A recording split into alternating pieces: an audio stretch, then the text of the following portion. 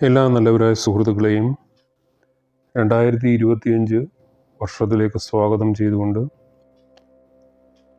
27 നക്ഷത്രങ്ങൾക്കും എങ്ങനെയായിരിക്കും ഭാഗ്യ നിർഭാഗ്യങ്ങൾ വരിക, അല്ലെങ്കിൽ അവർക്ക് ഗുണകരമാണോ ദോഷകരമാണോ എന്നിങ്ങനെയുള്ള വിഷയങ്ങളാണ് ഇന്ന് നമ്മൾ ഈ വീഡിയോയിലൂടെ പരിശോധിക്കുന്നത്. 2025 ജ്യോതിഷപ്രകാരം 27 നക്ഷത്രക്കാർക്കും വളരെയധികം ഭാഗ്യഫലങ്ങളാണ് കാത്തിരിക്കുന്നത്. എന്നാൽ ചിലർക്ക് അനുകൂലവും ചിലർക്ക് ചെറിയ രീതിയിൽ പ്രതികൂലവുമായിട്ടായിരിക്കും ഇവ വന്നു ചേരുക. ഈ സാഹചര്യത്തിൽ നക്ഷത്രഫലത്തിനെ കുറിച്ചുള്ള വിശേഷപ്പെട്ട കാര്യങ്ങളാണ് നമ്മളിവിടെ ചിന്തിക്കുന്നതിൻ്റെ ഉദ്ദേശം എന്ന് പറയുന്നത്. ബിസിനസ്സിൽ ലാഭവും അതുപോലെ തന്നെ കരിയറിലെ മാറ്റങ്ങളും ജീവിതത്തിലെ സൗഭാഗ്യങ്ങളും സന്താന ഭാഗ്യവും ജീവിത വിജയവും എങ്ങനെയൊക്കെയാവും ഓരോ നക്ഷത്രക്കാർക്കും വന്നു ഭവിക്കുക എന്നൊന്ന് പരിശോധിക്കാം. ആദ്യമായി തന്നെ മേടക്കൂറിൽപ്പെട്ട അശ്വതി, ഭരണി, കാർത്തിക ആദ്യകാൽഭാഗം. മേടക്കൂറുകാർക്ക് പുതുവർഷത്തിൽ അനുകൂല പ്രതികൂല ഫലങ്ങൾ ഒരുപോലെ ഉണ്ടാകുന്ന ഒരു വർഷമായിരിക്കും. രോഗാവസ്ഥകൾ വന്നു ചേരാനുള്ള സാധ്യത കാണുന്നുണ്ട്. എന്നിരുന്നാൽ തന്നെയും ആരോഗ്യകാര്യങ്ങൾ ശ്രദ്ധിച്ചാൽ ഒരു പരിധിവരെ ഇതിനൊക്കെ പരിഹാരം ഉണ്ടാക്കാൻ സാധിക്കുന്നതാണ്. അതുപോലെ സാമ്പത്തിക കാര്യങ്ങളിൽ നേട്ടങ്ങൾ ഉണ്ടാക്കാൻ സാധിക്കുന്ന ഒരു വർഷമാണ് ഈ 3 നക്ഷത്രക്കാർക്കും. വസ്തു വാങ്ങുന്നതിനും അതുപോലെ തന്നെ പുതിയ വാഹനം സ്വന്തമാക്കുന്നതിനുമുള്ള യോഗം കാണുന്നുണ്ട്. ജോലിയിൽ നേട്ടം ഉണ്ടാക്കാൻ സാധിക്കും. വിദേശത്തൊക്കെ പോകുവാൻ ആഗ്രഹിക്കുന്നവർക്ക് അത് സഫലമാകുന്നതാണ്. വിദ്യാർത്ഥികൾക്ക് പൊതുവെ അനുകൂലമായ വർഷമായിരിക്കും 2025. അടുത്തത് ഇടവക്കൂറിൽപ്പെട്ട കാർത്തിക അവസാന മുക്കാൽ ഭാഗം, രോഹിണി അതുപോലെ തന്നെ മകയിരം ആദ്യ പകുതി. ഇടവക്കൂറിൽ വരുന്ന 3 നക്ഷത്രക്കാർക്ക് അനുകൂലമായ മാറ്റങ്ങളാണ് ഈ വർഷം ഉണ്ടാവുക. ദൈനംദിന ജീവിതത്തിൽ പലതരം നേട്ടങ്ങൾ ഇവർക്ക് അനുഭവത്തിൽ വരും. ഭാഗ്യം അനുകൂലമാകും. അതുപോലെ തന്നെ കർമ്മമേഖലയിലുള്ളവർക്ക് പലവിധ ഗുണകരമായ മാറ്റങ്ങളും സംഭവിക്കുന്നതായിരിക്കും. സാമ്പത്തികമായ നേട്ടങ്ങൾ വന്നു ചേരുന്നതായിരിക്കും. എല്ലാ മേഖലകളിലും വിജയം തേടിയെത്തുന്ന വർഷമായിരിക്കും. പ്രണയിക്കുന്നവർക്ക് സന്തോഷവും സമാധാനവും ഉണ്ടാകുന്ന വർഷമായിരിക്കും. വിദ്യാർത്ഥികൾക്ക് ഉന്നത വിജയം കരസ്ഥമാക്കുവാൻ സാധിക്കും. കൂടാതെ തന്നെ ആരോഗ്യപരമായി അല്പസ്വല്പം പ്രശ്നങ്ങൾ വന്നാലും അതൊക്കെ പരിഹരിച്ച് മുൻപോട്ട് പോകുവാൻ സാധിക്കുന്നതായിരിക്കും. അടുത്തത് മിഥുനക്കൂറിൽപ്പെട്ട മകയിരം അവസാന പകുതി, തിരുവാതിര, പുണർതം ആദ്യ മുക്കാൽ. മിഥുനക്കൂറുകാർക്ക് 2025 അനുകൂലമായ മാറ്റങ്ങളായിരിക്കും കൊണ്ടുവരുന്നത്.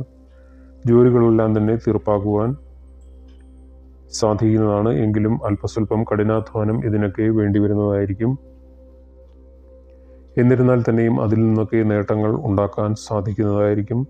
ആരോഗ്യപരമായ കാര്യങ്ങളിൽ അല്പം ശ്രദ്ധിക്കണം. ഉദര സംബന്ധമായ പ്രശ്നങ്ങൾ കാത്തിരിക്കുന്നുണ്ട്. അതുപോലെ തന്നെ ഏത് തീരുമാനവും ആലോചിച്ച് വേണം കൈകാര്യം ചെയ്യുവാൻ. വിദ്യാഭ്യാസത്തിൻ്റെ കാര്യത്തിൽ വളരെ അനുകൂലമായ മാറ്റങ്ങളായിരിക്കും 2025 കൊണ്ടുവരിക. അതുപോലെ തന്നെ പ്രണയിക്കുന്നവർക്കും അനുകൂലമായ ഒരു വർഷമായിരിക്കും. വിവാഹം നടക്കാതെ ഇരുന്നവർക്ക് അതിനുള്ള സാഹചര്യങ്ങൾ വന്നു ചേരുന്നതായിരിക്കും. അടുത്തത് കർക്കിടകക്കൂറിൽപ്പെട്ട പുണർതം അവസാന പാദം, അതുപോലെ തന്നെ പൂയം, ആയില്യം. കർക്കിടകക്കൂറുകാർക്ക് 2025 അനുകൂല ഫലങ്ങളായിരിക്കും തരിക. കഠിനാധ്വാനത്തിനനുസരിച്ചുള്ള ഫലം ലഭിക്കുന്നതായിരിക്കും. കുടുംബത്തിൽ അഭിപ്രായ ഭിന്നതയുണ്ടെങ്കിലും അതിൽ നിന്നെല്ലാം തന്നെ അനുകൂലമായ മാറ്റങ്ങൾ ഉണ്ടാകുന്നതായിരിക്കും. ജോലിയിൽ അല്പം തടസ്സങ്ങൾ വന്നു ചേരാം എങ്കിൽ തന്നെയും കൃത്യമായ രീതിയിൽ കൈകാര്യം ചെയ്യുന്നതിനാൽ അതിൽ നിന്നൊക്കെ രക്ഷ നേടുവാൻ സാധിക്കും. അതുപോലെ സാമ്പത്തിക കാര്യങ്ങളിൽ ഉയർച്ച ഉണ്ടാകുന്ന ഒരു വർഷമായിരിക്കും. പലവിധമായ അനുകൂല മാറ്റങ്ങളും ഉണ്ടാകും. ബിസിനസ് ചെയ്യുന്നവർക്കും കാർഷിക മേഖലകളിൽ പ്രവർത്തിക്കുന്നവർക്കും അതുപോലെ തന്നെ കലാ മേഖലകൾ, സിനിമാ മേഖല എന്നിവയിലൊക്കെ പ്രവർത്തിക്കുന്നവർക്ക് ഗുണകരമായ ഒരു വർഷമായിരിക്കും 2025. അടുത്തതായി ചിങ്ങക്കൂറിൽപ്പെട്ട മകം, പൂരം, ഉത്രം ആദ്യകാൽഭാഗം. ചിങ്ങക്കൂറുകാർക്ക് ഈ വർഷം അല്പം പ്രതികൂല ഫലങ്ങളായിരിക്കും ഉണ്ടാക്കുക. എന്നാൽ കുടുംബത്തിൽ മംഗളകരമായ കാര്യങ്ങൾ നടക്കുന്നതിനുള്ള സാധ്യതയുണ്ട്. എല്ലാ ജോലികളും കൃത്യമായി ചെയ്തു തീർക്കുവാനും ഈ വർഷം സാധിക്കുന്നതാണ്. ബിസിനസ്സിൽ വിജയം കരസ്ഥമാക്കുന്നതിന് സാധിക്കുന്നതായിരിക്കും. ഏത് ജോലിയിലും മികവ് പ്രകടിപ്പിക്കുവാൻ സാധിക്കും. ജോലിയിൽ സ്ഥാനമാനങ്ങൾ നേടിയെടുക്കുവാൻ സാധിക്കുന്നതാണ്. കാർഷിക കാര്യങ്ങളിൽ മാറ്റങ്ങൾ ഉണ്ടാകുന്നതാണ്. സാമ്പത്തിക സ്ഥിതി ശക്തമാകും. ആരോഗ്യകാര്യങ്ങളിൽ ബുദ്ധിമുട്ടുകൾ അനുഭവത്തിൽ വരും. അടുത്തത് കന്നിക്കൂറിൽപ്പെട്ട ഉത്തരം അവസാന മുക്കാൽ ഭാഗം, അത്തം, അതുപോലെ തന്നെ ചിത്തിര ആദ്യ പകുതി ഭാഗം.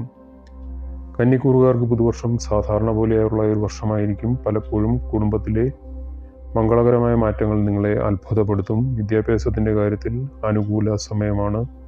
കോടതി സംബന്ധമായ കാര്യങ്ങളിൽ അനുകൂല ഫലം ഉണ്ടാകും. ആഗ്രഹിക്കുന്നത് പോലെ എല്ലാ കാര്യങ്ങളും ചെയ്തു തീർക്കുവാൻ സാധിക്കും. കടം കൊടുത്ത പണം തിരികെ ലഭിക്കും. അതുപോലെ തന്നെ 5 തിരിയിട്ട വിളക്ക് ദിവസവും പൂജാമുറിയിൽ കൊളുത്തുന്നത് സാമ്പത്തികമായും മറ്റും ഉയരാൻ അനുകൂലമായ കാര്യമാണ്. അടുത്തത് തുലാക്കൂറിൽപ്പെട്ട ചിത്തിര അവസാന പകുതി, ചോതി, വിശാഖം ആദ്യ മുക്കാൽ ഭാഗം. തുലാക്കൂറുകാർക്ക് വരുന്ന വർഷത്തിൽ അവർ ആഗ്രഹിച്ച പോലെ തന്നെ കാര്യങ്ങൾ എല്ലാം നടക്കുന്നതായിരിക്കും. കൂടാതെ ബിസിനസ് സംബന്ധമായ കാര്യങ്ങളിൽ അല്പം ശ്രദ്ധ ആവശ്യമാണ്.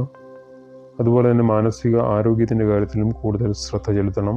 അമിതമായ ടെൻഷൻ ഒഴിവാക്കണം. സാധാരണമായ ഒരു വർഷമായിരിക്കും എന്നതാണ് പ്രത്യേകത. ദാമ്പത്യ ജീവിതത്തിൽ ചില തടസ്സങ്ങളും അഭിപ്രായ വ്യത്യാസങ്ങൾക്കും സാധ്യത കാണുന്നുണ്ട്. അടുത്തതായി വൃശ്ചികക്കൂറിൽപ്പെട്ട വിശാഖം അവസാന പാദം, അനിഴം, അതുപോലെ തന്നെ തൃക്കേട്ട. ഈ വർഷം വൃശ്ചികക്കൂറുകാർക്ക് ശനിദോഷം അലട്ടുന്ന സമയമായിരിക്കും. അതിൻ്റെ ഫലമായി പലപ്പോഴും മനസ്സിൽ ആശങ്കകളും പ്രശ്നങ്ങളും ഉണ്ടാകാം. ഇതെല്ലാം തന്നെ ജീവിതത്തിലെ പ്രതിസന്ധികളിലേക്കും നിങ്ങളെ നയിക്കും. ശത്രുക്കൾ ശക്തരാകുന്നതായിരിക്കും. ആഗ്രഹിക്കുന്നത് പോലെ കാര്യങ്ങൾ കൈകാര്യം ചെയ്യുവാൻ സാധിക്കാതെ വരും. ഭൂമി സംബന്ധമായ തർക്കങ്ങൾ നിങ്ങളെ അലട്ടുന്നതായിരിക്കും. സാമ്പത്തിക സ്ഥിതി നിസ്സാരമായി കാണരുത്. ദാമ്പത്യ ജീവിതത്തിലെ പ്രതിസന്ധികൾ വിടാതെ പിന്തുടരുന്നതായിരിക്കും. അടുത്തതായി ധനുക്കൂറിൽപ്പെട്ട മൂലം, പൂരാടം, ഉത്രാടം ആദ്യകാൽ ഭാഗം. ധനുക്കൂറുകാർക്ക് ഈ വർഷം